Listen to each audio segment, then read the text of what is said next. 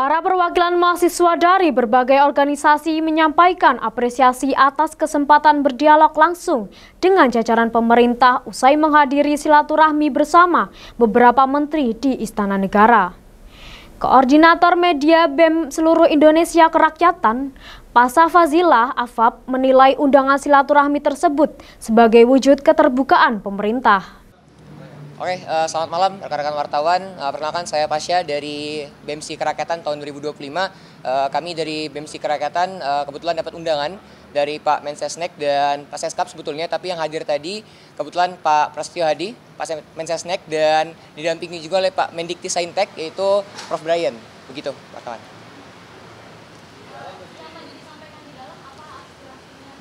Kurang lebih sama dengan apa yang kami sampaikan kemarin di DPR. Artinya memang kemarin Pak Sufmi Dasko menegaskan dan memberikan informasi bahwa kemarin di legislatif dan kami hari ini diberikan kesempatan untuk menyampaikan aspirasi kami di lembaga eksekutif seperti itu. Titik tekannya di mana? Oke, baik, titik tekan. Pertama mungkin kami menekan dengan keras bahwa untuk segera mensahkan RUU Perampasan Aset yang kemarin sudah kami sampaikan di DPR RI. Namun mungkin untuk hari ini kami segera secara lantang juga atas nama BEMSI Kerakyatan menyampaikan bahwa kami dengan tegas untuk menuntut dan menekan Bapak Presiden Republik Indonesia untuk segera membentuk tim investigasi terkait dugaan makar. Seperti itu, kawan-kawan. Tanggapannya cukup baik. Tadi kami diberikan waktu kurang lebih, nanti belum tahu ya waktunya berapa, tapi tadi Bapak Mensesnek sudah memberikan respon yang cukup positif dan segera akan disampaikan ke Bapak Presiden. Kebetulan memang tadi sebetulnya Pak Presiden ingin menemui kami, namun ada acara maulid di Istiqlal kebetulan. Iya? Belum sempat ketemu sama Bapak Presiden.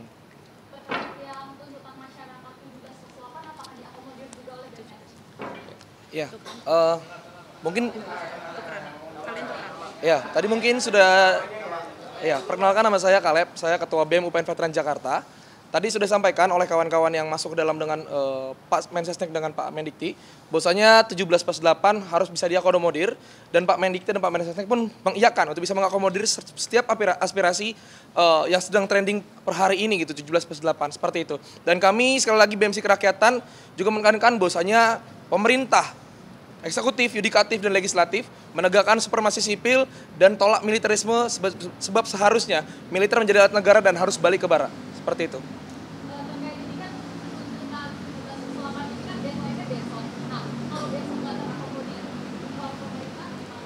Iya, per hari ini sebenarnya kami menemui Bapak Menteri, Pak Mensesnek dan Pak Mendikti.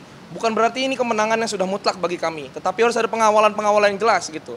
Dan kami mengajak seluruh masyarakat untuk bisa mengawal apapun tuntutan, baik 17+8 ataupun aspirasi ataupun tuntutan yang disebarluaskan ataupun disuarakan oleh masyarakat di setiap daerah, itu harus tetap dikawal dan tetap disuarakan seperti itu.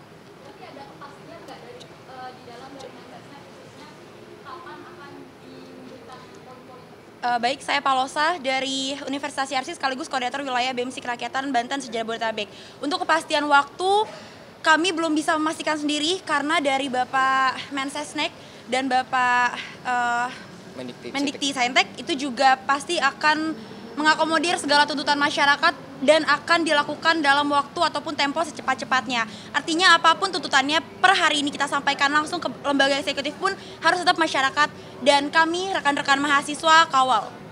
Kalau misalnya tuntutan ini tidak dilaksanakan sampai dengan waktu, apakah akan melakukan demonstrasi atau tadi sempat tidak demo dari BEMSI Kerakyatan? Oke, untuk ya tidak ada kejelasan tersendiri gitu untuk demonstrasi dan tidak ada juga untuk menahan tidak demo dari Bapak Menteri di dalam gitu. Artinya apapun tuntutan yang kita sampaikan itu sudah diterima dengan baik dan akan dilakukan dalam tempo secepat-cepatnya. Tentunya perlu pengawalan tersendiri dari kami selaku masyarakat dan mahasiswa. Kurang lebih seperti itu. Assalamualaikum warahmatullahi wabarakatuh. Selamat malam rekan-rekan pers sekalian. Terima kasih atas kehadirannya yang membersamai rakyat Indonesia yang menjalankan demokrasi ini. Kami kawan-kawan Cipayung hadir di Sekretariat Negara atas tindak lanjut dari forum aspirasi yang dibuka oleh DPR kemarin. kami hadir di sini bersama kawan-kawan di sini dan beberapa poin tuntutan yang kami sampaikan di DPR secara umum kami sampaikan pada Sekretariat Negara selaku perwakilan pemerintah. Beberapa yang menjadi titik fokus kami adalah bagaimana kawan-kawan aktivis di seluruh daerah dan seluruh kabupaten kota bisa tidak ada yang dilakukan kriminalisasi. Pembebasan aktivis ini tentu menjadi tujuan pokok kami. Lalu yang berikutnya adalah mengenai bagaimana tim investigasi harus dibentuk oleh Presiden dan berikutnya adalah kebijakan-kebijakan yang berpihak kepada masyarakat, misalnya pajak dan lain sebagainya agar tidak dinaikkan oleh Presiden dan pemerintah, seperti itu. Kawan-kawan yang lain silakan. Ya, Baik. Risyad dari DPP GMNI, Ketua Umum. baik, jadi kami menambahkan, jadi tadi kami mengusulkan bahwa sebagai langkah konkret untuk tidak ada kriminalisasi dan pemukaman suara aktivis, jadi kita sama-sama membuat report dan krisis desk untuk kita sebagai civil society, khususnya organisasi-organisasi ini, mengumpulkan temuan-temuan yang ada di seluruh kabupaten kota yang ada di Indonesia, karena kami ketepatan organisasi yang ada di nasional, tentang kriminalisasi oleh aktivis. Nah, pengumpulan itu kemudian tadi pemerintah juga sudah setuju untuk akan dibantu proses pengeluarannya. Itu. Dan yang kedua, tentunya kami dari organisasi mahasiswa juga menekankan serius kepada pemerintah untuk bersungguh-sungguh melakukan perbaikan institusi publik. Untuk bersungguh-sungguh melakukan perbaikan institusi publik dan memberikan atau membuat institusi publik yang inklusif, yaitu institusi publik yang menyerap aspirasi masyarakat dan mendistribusikan hak. Jadi itu yang kawan-kawan tadi sampaikan di dalam. Sedikit menambahkan dari dua kawan saya yang tadi kami juga sampaikan. Saya Handi Muharam, Ketua Umum PB HMI MPO. Kami menyampaikan juga tadi bahwasanya pemerintah harus berkomitmen secara bersama-sama menegakkan supremasi sipil.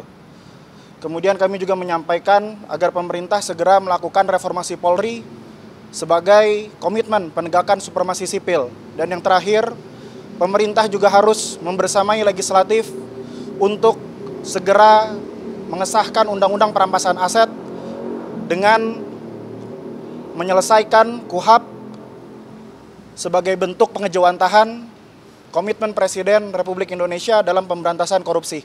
Sekian. Ada mau nambahin?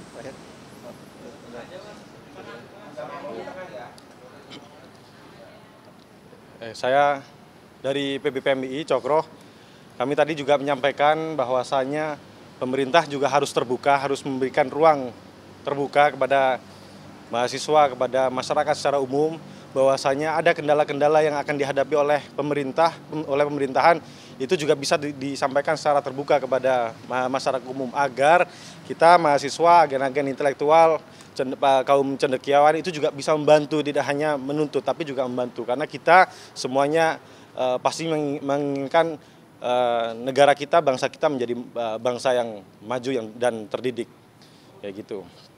Oke, nambahin satu lagi. Baik, izin menambahkan satu hal penting. Saya Wayan Darmawan, Ketua Umum Pimpinan Pusat Kesatuan Mahasiswa Hindu Dharma Indonesia. Jadi pasca eskalasi dan aksi demonstrasi belakangan ini, kita melihat Presiden bertemu dengan Ketua Umum Partai Politik di Istana. Tentu itu menunjukkan betapa kuatnya posisi Presiden hari ini, ditambah juga dukungan publik atas langkah-langkah yang diambil oleh Presiden. Oleh sebab itu kami mendorong dengan adanya dua kekuatan ini, Presiden untuk dapat melakukan dan mengambil langkah-langkah strategis ke depan. Seperti tadi disampaikan oleh teman-teman, bagaimana mengevaluasi kebijakan PBB yang mensengsarakan masyarakat, kemudian juga menciptakan lapangan pekerjaan, membuka data hari ini rakyat miskin seberapa banyak. Kemudian yang terakhir juga untuk bagaimana peran lembaga pembantu Presiden agar lebih optimal, agar bola panas tidak selalu dilemparkan ke istana dan mengarah kepada Presiden. Mungkin itu yang dapat disampaikan. Terima kasih kepada rekan-rekan media. Oh ya, satu lagi tadi Pak. Tadi sudah disampaikan juga kepada Mensesnek bahwasanya ada beberapa kawan-kawan kita, kader-kader kita yang masih proses. Dia kemarin ketika turun menyampaikan aspirasi ditangkap, itu juga sudah kita sampaikan untuk segera dilepaskan. Jadi kepada sahabat-sahabat kita, kawan-kawan kita, kader-kader kita yang mungkin masih menjalani proses itu, silakan di-report kepada organisasi masing-masing, kepada kita, ketum-ketum di sini, untuk bisa segera kita follow up-kan. Tadi sudah kita sampaikan, terima kasih. Nah, makanya ini kita minta kepada teman-teman media untuk menyampaikan nanti biar kawan-kawan kita di setiap daerah, provinsi juga ikut mendata dan juga segera mereport kepada kita yang nanti akan kita follow up kembali. Tadi sudah kita sampaikan. Jadi kawan-kawan semuanya, kita itu tidak takut untuk dipenjara, tapi yang kita takutkan adalah Ibu Pertiwi menangis melihat masyarakatnya, mahasiswanya, tukang ojeknya, nelayannya, petaninya, buruhnya itu justru dipenjara oleh negara sendiri. Terima kasih sahabat-sahabat. Sedang kita himpun. Data sedang kita himpun ya. Belum sedang dihimpun. Terus kita buka report desk, Mas. Pokoknya kita menolak kriminalisasi aktivis. Oke.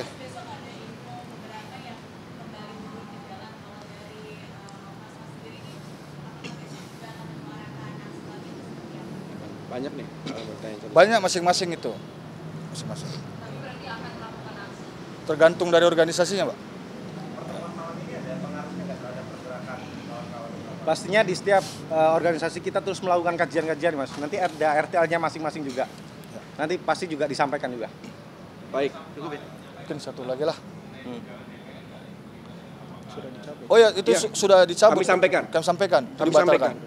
Pertemuan malam ini ada marohnya nggak? Ada, Mas.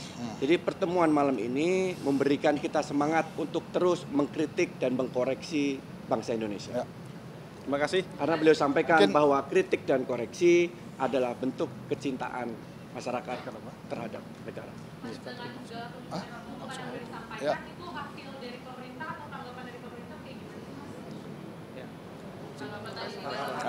Tanggapan. Ya, karena forum ini adalah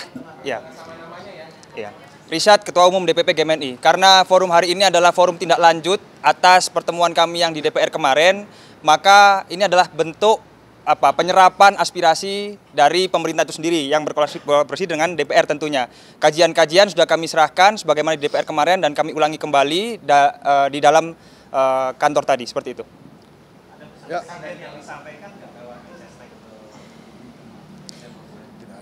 Ya, intinya aspirasi diterima dan akan ditindaklanjuti secepat-cepatnya dan berkoordinasi dengan kementerian dan lembaga terkait di bawahnya. Itu ya. Jadi kita tunggu saja respon berikutnya dari pemerintah dan DPR. Mudah-mudahan semua masalah bisa diselesaikan. Ya. Tidak ada. Oke, mungkin saya nambahin terakhir ya. Dari Gerakan Mahasiswa Kristen Indonesia, saya Ketua Umum Prima Surbakti. Tadi saya sampaikan bahwa pemerintah harus pulihkan Indonesia. Yang pertama adalah menjadikan hukum panglima tertinggi di Indonesia. Yang kedua tadi kita bicara ekonomi, bagaimana mengatur tata kelola sumber daya kita agar dikelola dan digunakan untuk kemakmuran rakyat.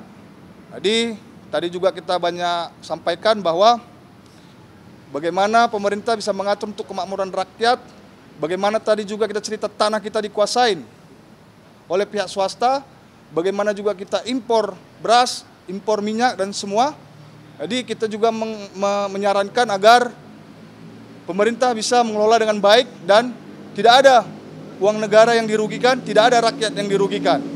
Kami juga meminta untuk tegas terhadap koruptor dan mafia-mafia yang merugikan rakyat. Dan yang ketiga juga tadi GMKI menyampaikan bahwa banyak warga gereja juga yang dipersekusi, banyak warga gereja juga yang diintimidasi, bahkan ada pelanggaran HAM.